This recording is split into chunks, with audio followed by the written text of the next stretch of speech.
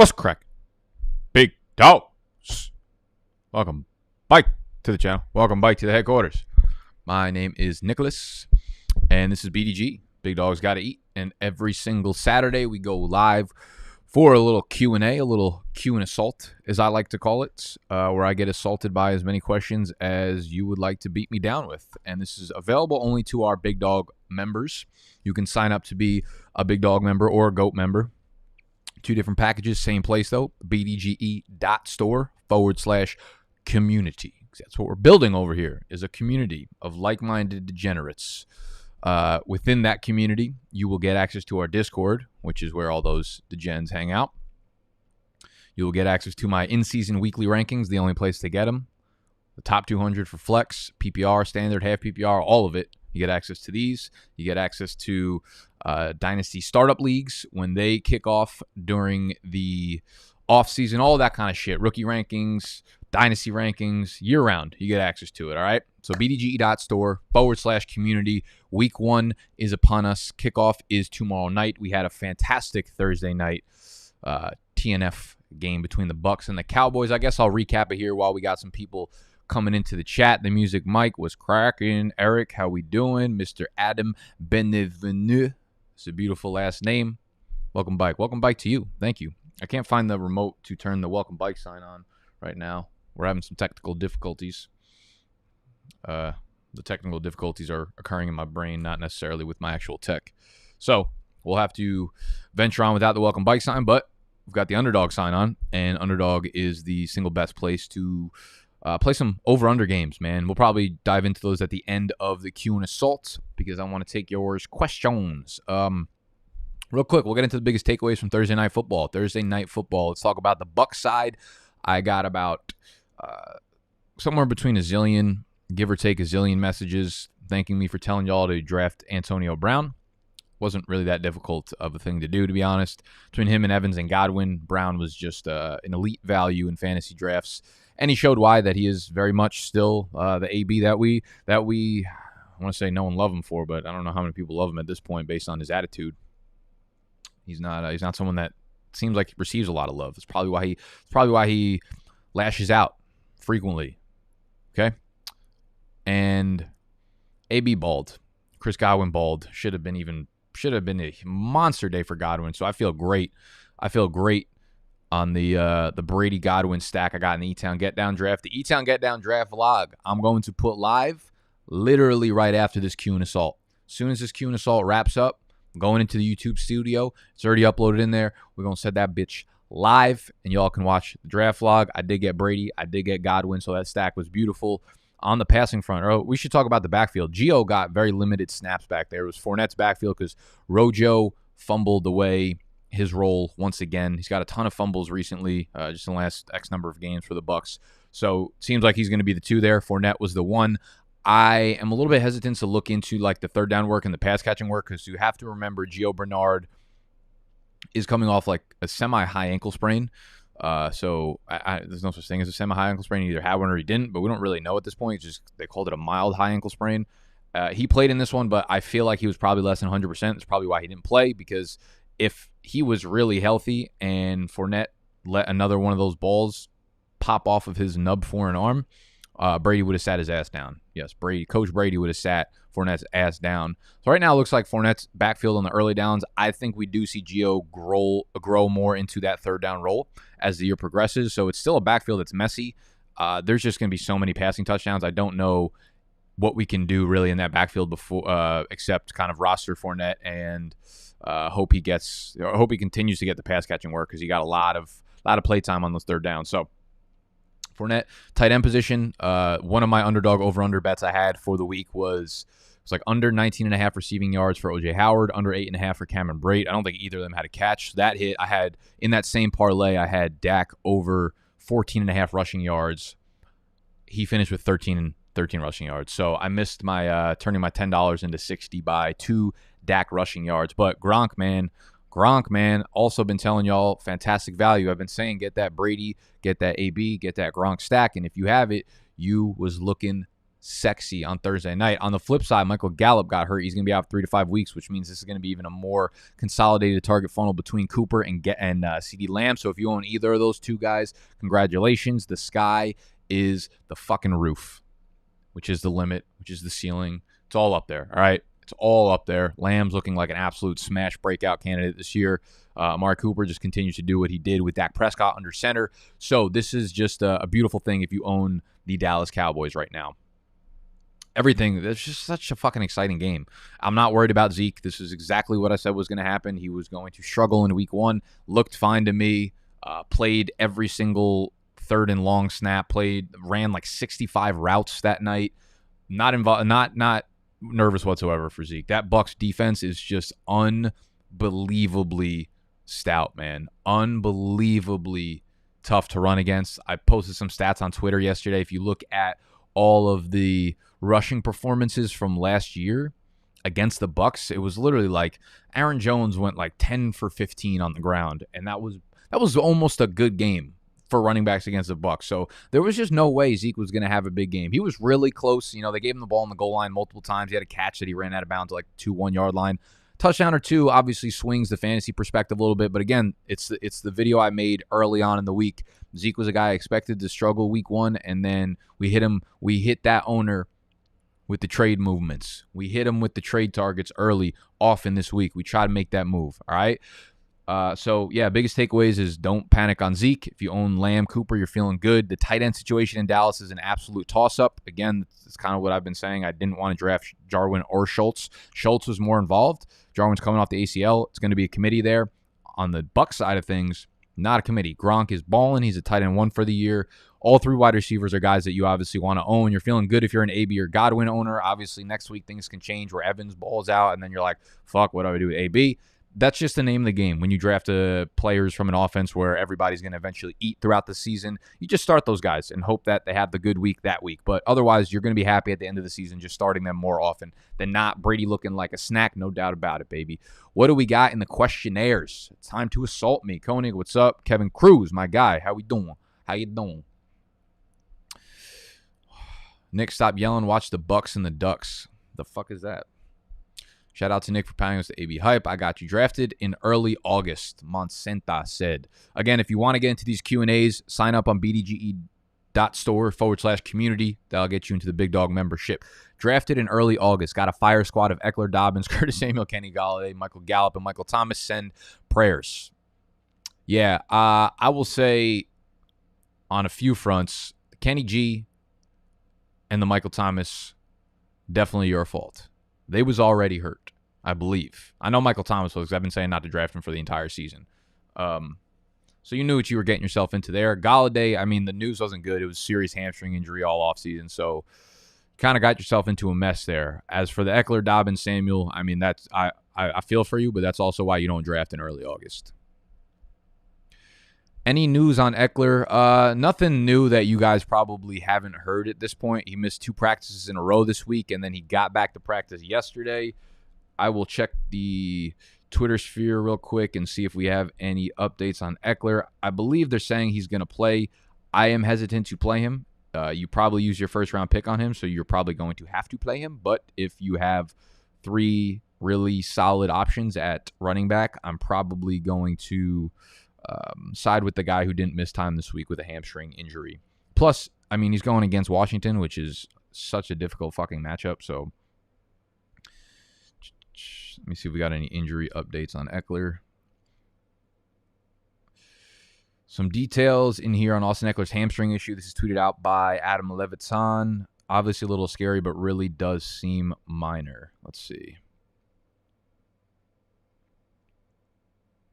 Chargers coach Brandon Staley didn't make promises, but he hinted that running back Austin Eckler would likely play in Sunday's opener against the Washington football team.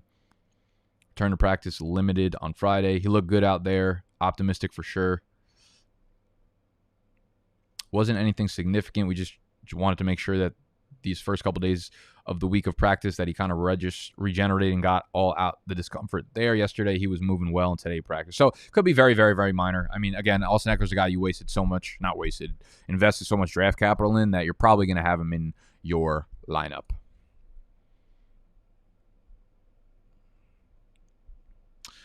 What are we doing with Damian Harris in Dynasty? Seems like a good time to sell, especially if he has a big game tomorrow. I'm not going to move the needle in any type of PPR league. Yeah, I mean, he's definitely a sell candidate if it's a full PPR league, something like that. I have him in a couple half PPR leagues. One of the leagues is like a quarter point for carry too, so that's kind of intriguing to have a guy like that. But yeah, listen, when it comes to running backs, I'm fine selling basically any running back outside of like the top 5 elite ones in Dynasty because their shelf life is so low. So if you can get some first round pick plus, if you can get a really solid young wide receiver or something, I'm fine moving Damian Harris unless you need him. Like if you need an RB2, if you need a flex play for the year, PPR league, obviously that makes it a little bit uglier. But yeah, I'm as much as I love Damian Harris this year in redraft and I try to draft him as much as I can, he's definitely a sell candidate in Dynasty, depending on what you can get from him.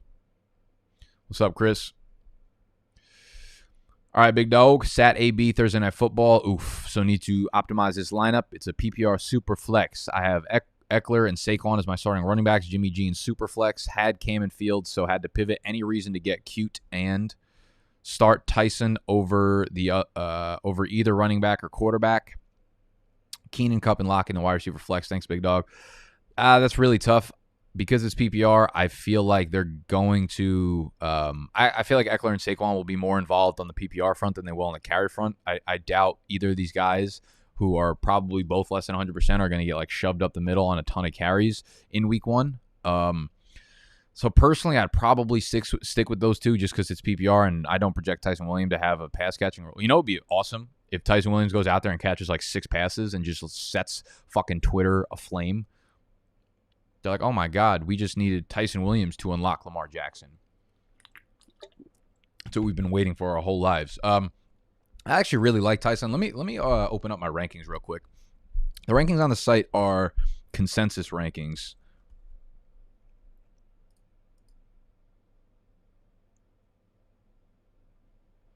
Let me see where we're sitting at with these. Oh, I moved Tyson down a little bit after the signing of Latavius Murray. So I have him at RB20, RB28 right now. I have Barkley at RB23, Swift at 24. Who was the other guy? Austin Eckler at 21. So I have both Eckler and Barkley more in the RB2 range, but I have Tyson Williams right now as a high-end RB3. So I guess I would play both of those guys in PPR. Thoughts on Deomi Brown? I feel like I have him ranked like relatively high this week. Obviously, with Curtis Samuel out, he is the next man up there. I have him right below Mecole Hardman, but with Emmanuel Sanders questionable, I have him above Devontae Parker. I have him above like guys like Rondell Moore, who's a fellow rookie. I like him, but honestly, he's nothing more than like a wide receiver 4 or 5 or a deeper flex play. I'm not like super excited to get him into my lineup, but I like him a lot as a prospect. So. Pick one in half PPR, Edmonds, Swift, or Robbie. Give me Edmonds there. I just have such a weird feeling about DeAndre Swift week 1. He might make me feel like an asshole, but give me Chase. Pick one in full PPR, Damian Harris or Corey Davis for the flex spot. Give me Davis. With Jameson Crowder out and the chemistry that him and Zach Wilson showed together. Zach W. Have some faith in Zach W, baby. Yeah, give me Davis. Although I do really I think him and Elijah Moore both probably siphon like 8 to 10 targets. Full PPR, would you start Damian Harris or Jerry Jeudy? I would probably lean Jerry Jeudy here. It's just so hard to have confidence or be excited about Damian Harris in a full PPR league. I feel like he could probably run for 70 yards and a touchdown, which sounds good in theory, like 13 points. But 13 points for a receiver like Jerry Jeudy is really not that difficult in full PPR. So I think he's got a little bit more upside.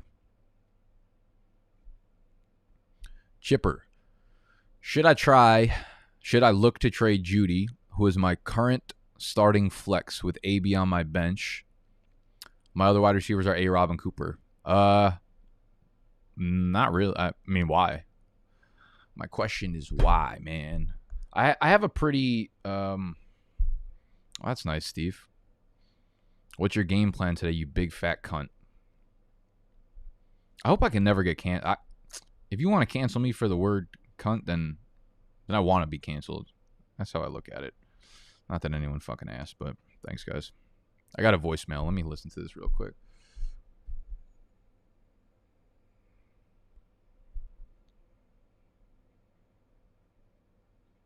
No. Nope. When it comes to trading, I don't know. Like I think you hold steady with that. 4 wide receivers is a really, really solid feeling to have that you can throw into your flex or your starting spots on any given day. Scary Gary. I'm in a 1 quarterback redraft league, half PPR, 12 teams. We start 2 running backs, 3 wide receivers, a tight end, 2 flexes. We've got 9 bench spots. Damn. Currently, I have Brady and Tua. Are you comfortable enough with Brady all season to drop Tua for Deomi Brown? Yeah, Tua does not need to be owned right now in 1 quarterback leagues. I don't even know if it really has anything to do with Brady, although Brady's going to be a monster all year. So, yeah, I'm comfortable with Brady as much as I'm comfortable with just dropping Tua straight up in 1 quarterback leagues when you have Brady. Yeah, I'm fine with that. Looking to fill my flex. Played against Amari, so I need upside Laviska, Corey Davis, or Tyson Williams PPR. So Tyson Williams is a floor play, especially in PPR. He's not going to be great. Corey Davis and Laviska. Jacksonville against Houston. I think Laviska probably has more upside. I think he's got more big play ability. I feel a lot more comfortable with Corey Davis in my lineup, though. I would rather start Corey Davis than Laviska because Laviska's looked great this offseason, and he's an explosive player, but both DJ Chark and Marvin Jones are going to be starting in week 1, which gives me a little bit of hesitation on the involvement that we're going to see from Laviska. Because remember, even with those 2 out for preseason, he was still not on the field in 2 wide receiver sets. So I don't expect him to be a full-time player. I do expect him to do a lot of 3 wide receiver sets, so he should be on the field most of the time. But I do see them trying to establish the ground game here. I do see them trying to actually come away with a dub here, which is very likely. And I'm a little bit nervous about Laviska. So I'd actually probably go Corey Davis there, Alex. Would you start Demont against Rams over Eckler? What type of scoring is this, Johnny Hawk? I have Demont ranked over Eckler. I don't like the fact that he missed 2 full practices, like not even limited, not doing anything in practice. Could be precautionary, and the article we kind of just pulled up said that. I am someone who goes against injury optimism. Montgomery is not a great pick. Obviously, he's a boring pick to go against the Rams. Personally, I'd probably put Demont in there because I don't trust the hamstring there with Eckler. But it's not so far off that it's ridiculous for you to start Eckler if you really want to. I read somewhere that Coleman is ahead of Johnson. Thoughts? Yeah, I mean, listen, this is going to be, it doesn't matter what the depth chart says. It's going to be a fucking committee regardless. I just have a good feeling about Ty Johnson over the long run. I'm not saying, like, guys, we have to make sure that we're not going nuts about week 1. Like, Tevin Coleman, sure, might get the start week 1. He might get the start for the first 3 weeks. I would just rather roster Ty Johnson. And it's not like you're starting Ty Johnson this week anyways, so.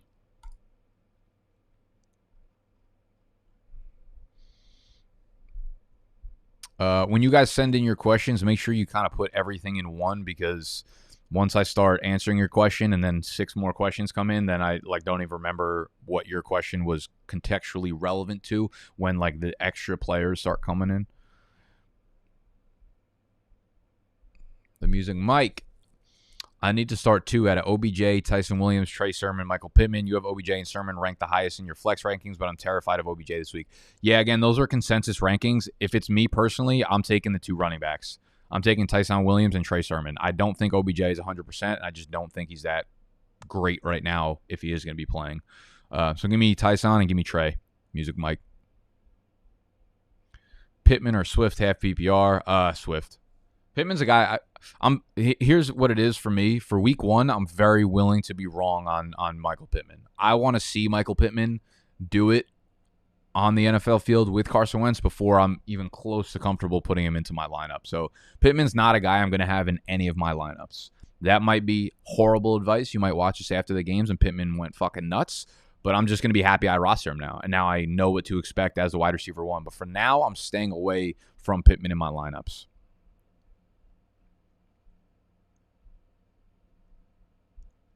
How do you feel about Chase over the course of the season? I'm not. Chris, are you talking about Chase Edmonds or Jamar Chase? Alex asks, where do you post your weekly rankings? Thanks. Okay, so I've had a little bit of confusion on this. These are on the website. This is very important if you are a Patreon member or a Big Dog member. Two announcements here. If you are a Patreon member, I want you to cancel your Patreon membership ASAP. I've DM'd everyone that's on Patreon, and I've emailed everyone that's on the Patreon list. Some of you guys have not read them. Some of you guys didn't open them. Some of you guys just didn't receive the message for one reason or another. And I've posted about this multiple times in Discord. Here's what you need to do, and I will share my screen with y'all so that we can do this. Secondary display. Okay, so what you're going to want to do is go to bdge.store. This is where the draft guide was sold. This is where the weekly rankings are going to be on. And if you are a Big Dog member, so you're going to cancel your Patreon membership and you're going to sign up as a member on this website, bdge.store/community. So you'll see the community tab, and this is basically the same thing as Patreon. So community, and in the drop downs, either a Big Dog member or a GOAT. And you'll have your choice to sign up for one or the other when you get onto the community page. Either sign up for Big Dogs, sign up for the GOAT. Same price, same exact package. We're just moving platforms over to our store so we have more control than Patreon. So we will go to Big Dogs member, which the majority of you guys are. If you want to be a GOAT member, that's literally access to a private channel, which has me in it in Discord. So you get literally guaranteed Q&A answers from my face hole to yours, because I won't be able, eventually this will scale large enough where I won't be able to actually answer every Q&A question that I get on these Q&Assaults. I hope I can, but sometimes it will be impossible. So community, drop down Big Dogs member or GOAT member, whatever you're a part of, and then you just go over to rankings and you'll see it here. You can go to Dynasty, Rookie, In-Season, Weekly. And obviously you're looking for the, oh wait, why is this button not clickable? Oh, it is, never mind. In-Season, Weekly, and here you have it. It'll take you to this page. So it's got quarterback, running back, wide receiver, tight end, flex, D, kicker, and then since quarterback is standard throughout, but if you go to every other position, you will see a little drop down that says half PPR versus full PPR versus standard, and obviously they will change, and this is updated real time, so those will always be as up to date as possible. As you can see, updated 9/10. So the last time I made changes was yesterday to the QB position or the wide receiver or the whatever it is. So that is where the rankings are, and that's where you can purchase access to them. The only place to get them. Okay. What else we got here?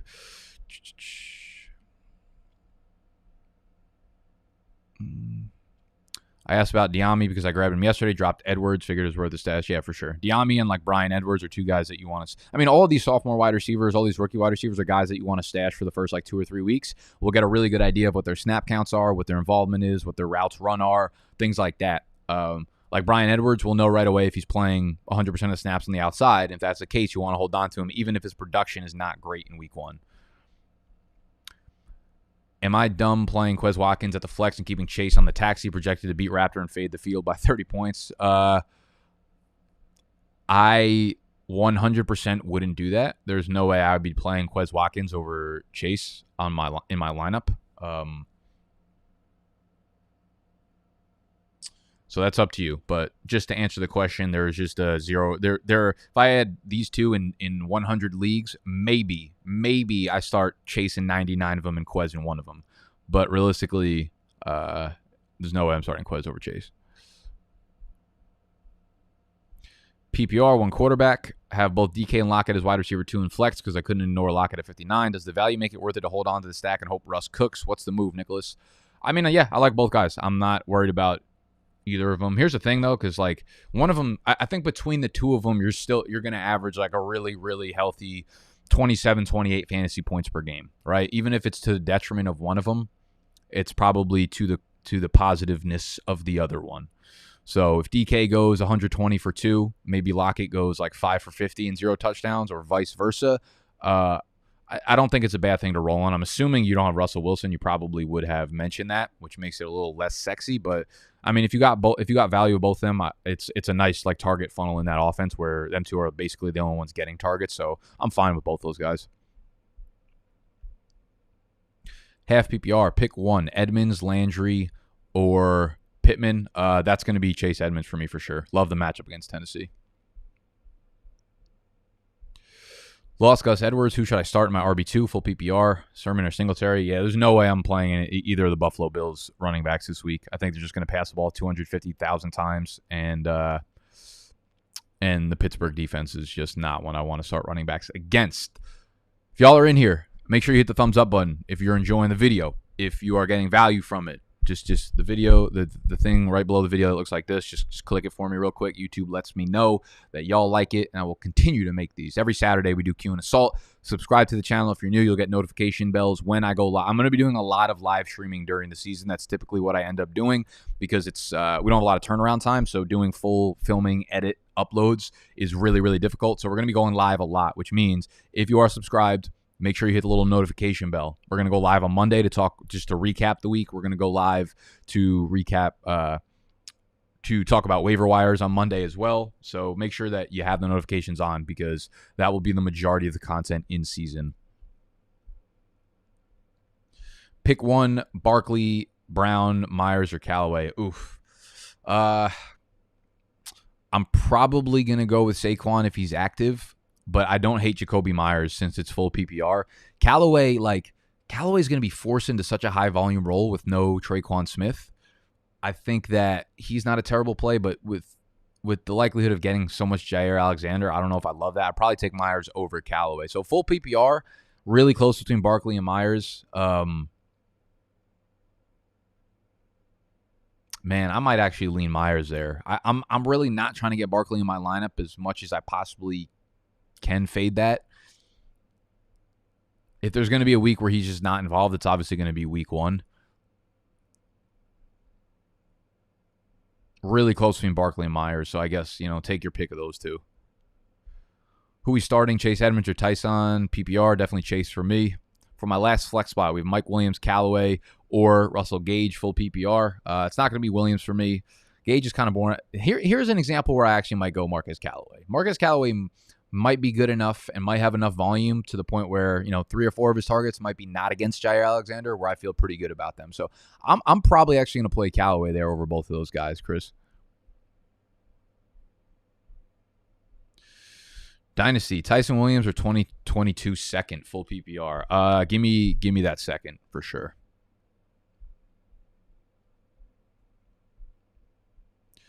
Do you recommend benching A-Rob this week since he's going against Ramsey? I have TJ Hawk and Debo as alternates.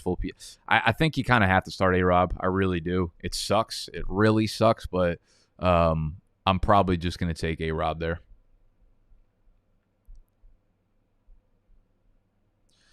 Thoughts on holding on to Michael Carter? I got him in 3 redraft leagues in my 3rd, 4th RB, but it's risky to drop an RB in case he separates himself. Could be a nice safety outlet for Wilson. Yeah, I mean, it's always going to depend on who you're picking up. He's not a guy that I've been very vocal about this. He wasn't a guy that I was targeting whatsoever in drafts.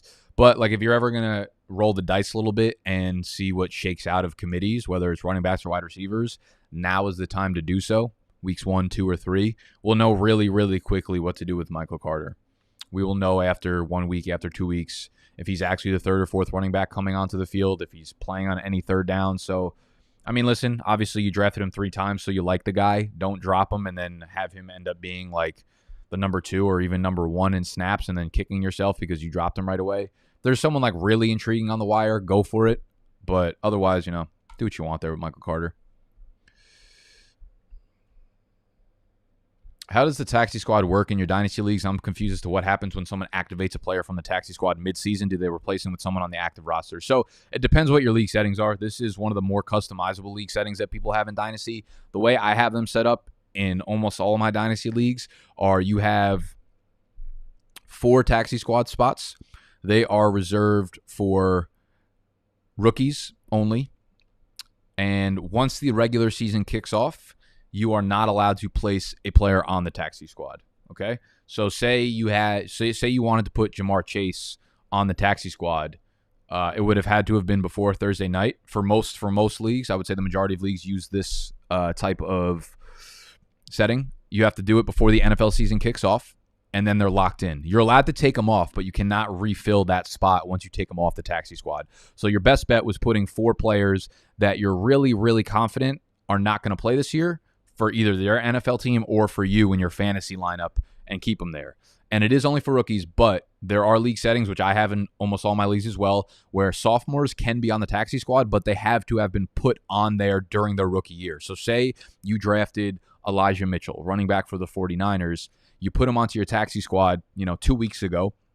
You didn't take him off, so he stayed there all rookie year. You're allowed to keep him on your taxi squad all of the sophomore year as well. Again, if you take him off, though, he can't be put back on.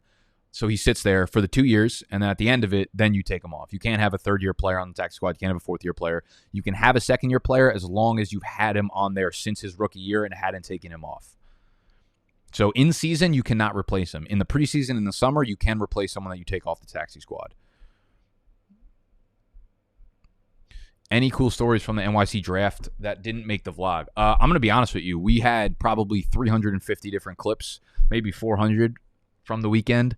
I'll say this. We left a lot of meat on the bone when it comes to that footage from the party Friday night.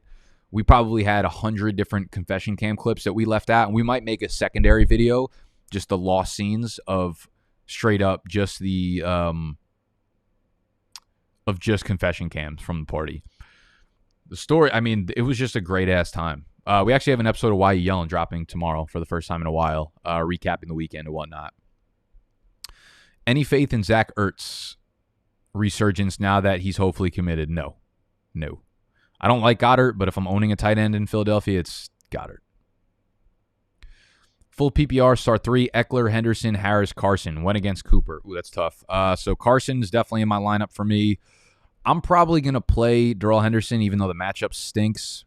And then full PPR, I probably lean Eckler over Harris. I think those 3 give you the highest upside in PPR. Superflex League, Russ is my QB1. Trying to decide between Wentz or Bridgewater in my Superflex spot. Thoughts, big dog? Yeah, I'm starting. I'm almost definitely starting Wentz there.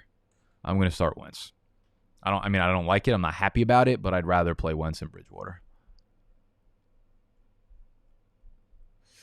Full PPR, your flex rankings have Myers, I think, 8 or 9 spots ahead of Jamar Chase. Easy call. Yeah, for me, I'm going to go with Myers over Chase. I don't know. All of the weird, probably hyperbole over the offseason makes me think that it's possible in 2 wide receiver sets. It's Boyd and Higgins as the 2 wide receivers just to start the year. I do think they'll do a lot of 3 wide receiver, 4 wide receiver sets, so I'm not too worried about it. But I don't know. I would rather do Myers and Jamar Chase right now. Used a first waiver priority on Latavius Murray. Think it was worth it. Hope he eats after getting his feet wet in the system. Yeah, I probably wouldn't have used the first waiver wire on Murray. When you're playing in the waiver wire system, like weeks 1 and 2 are so fucking important. I usually blow a really high percentage of my fab in the first couple weeks of fantasy just because that's when things are the craziest and the fluctuations are the highest and the variance on like playing time is crazy. We learn a lot of things in week 1 and 2 that we would have no idea. Once you're like at week 8 or 9, we know the roles of players. We know the depth charts. The only thing that we're like piping up for in terms of number 1 waiver wires are like if a running back gets injured or something. So this early in the season, I'll tend to hold on to the first waiver wire priority and let it fucking fly after week 1 or 2. I mean, there's always a possibility, of course, that Latavius Murray does take the starting role and ends up being like a really good player in this offense. So I'm not going to hate on it, but definitely probably not something I would have done.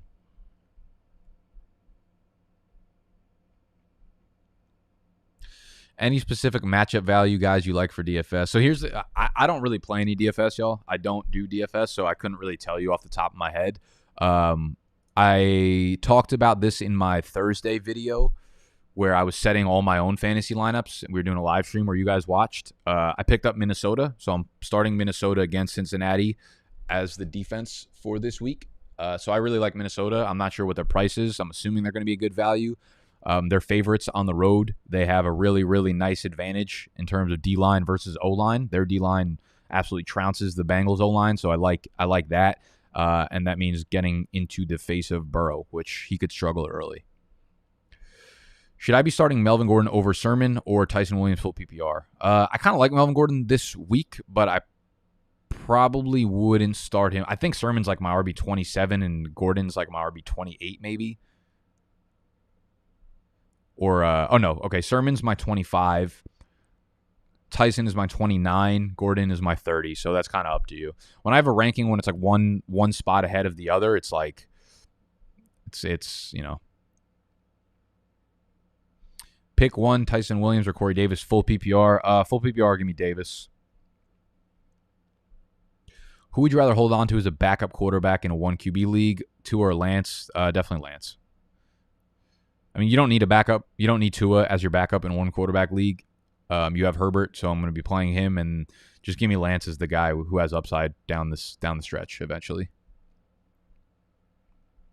I'll be fucked up if you can't be right here. I'll do the same thing I told you that I'll never. Alrighty.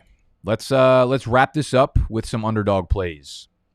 Let us wrap this up with some underdog plays, some over-unders. Guys, the absolute last day to get the $25 bonus is on the 13th. You guys have 2 days to use, one more day to use promo code BDGE when you deposit $10 on here in order to get $25 on top of it. So if you sign up on Underdog Fantasy, the link to the app will be the first thing in my description. You download it. You deposit $10, use the promo code BDGE. You're going to get $25 on top of that $10. As soon as the 13th hit, they're only doing a $10 deposit match bonus. Okay. We have Alvin Kamara. Wow, they have some high over-unders. The sharpest thing you could do is usually hit the unders on a lot of these guys. I'm going to be honest with you. Christian McCaffrey returning from the injury, first game back. I'm going to take the under on this. Call me crazy, but the first thing I see is the under 126.5 rushing and receiving yards for C-Mac. Let's see what else we got. Calvin Ridley, 91.5. I like the over there. You know what? Actually, I'm going to let that sit for a little bit.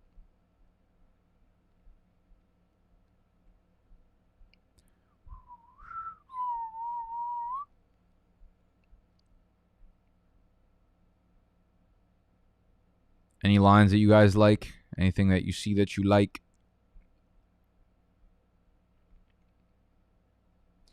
Joe Mixon, 91.5 rushing and receiving. He's going to get so much work. All he has to do is average like 3 yards per touch to get that. Jimmy G. So I want to take the over on Jimmy G here. I think he ends up with like 17 or 18 fantasy points. My only concern is like when they get inside the 10-yard line, do they just throw Lance in there? I'm going to take Jimmy G over 16.5. I'm also going to take the over on both of those. Both Ayuk and Deebo Samuel. And throw $10 on it. So it's $10 to win 100. This is like the funnest fucking game in the world. These over-unders are amazing on Underdog.